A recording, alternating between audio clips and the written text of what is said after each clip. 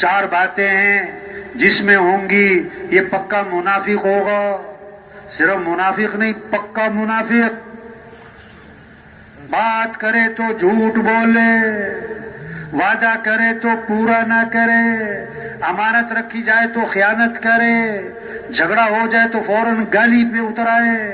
تو میں جس میں یہ 4 باتیں ہیں یہ تو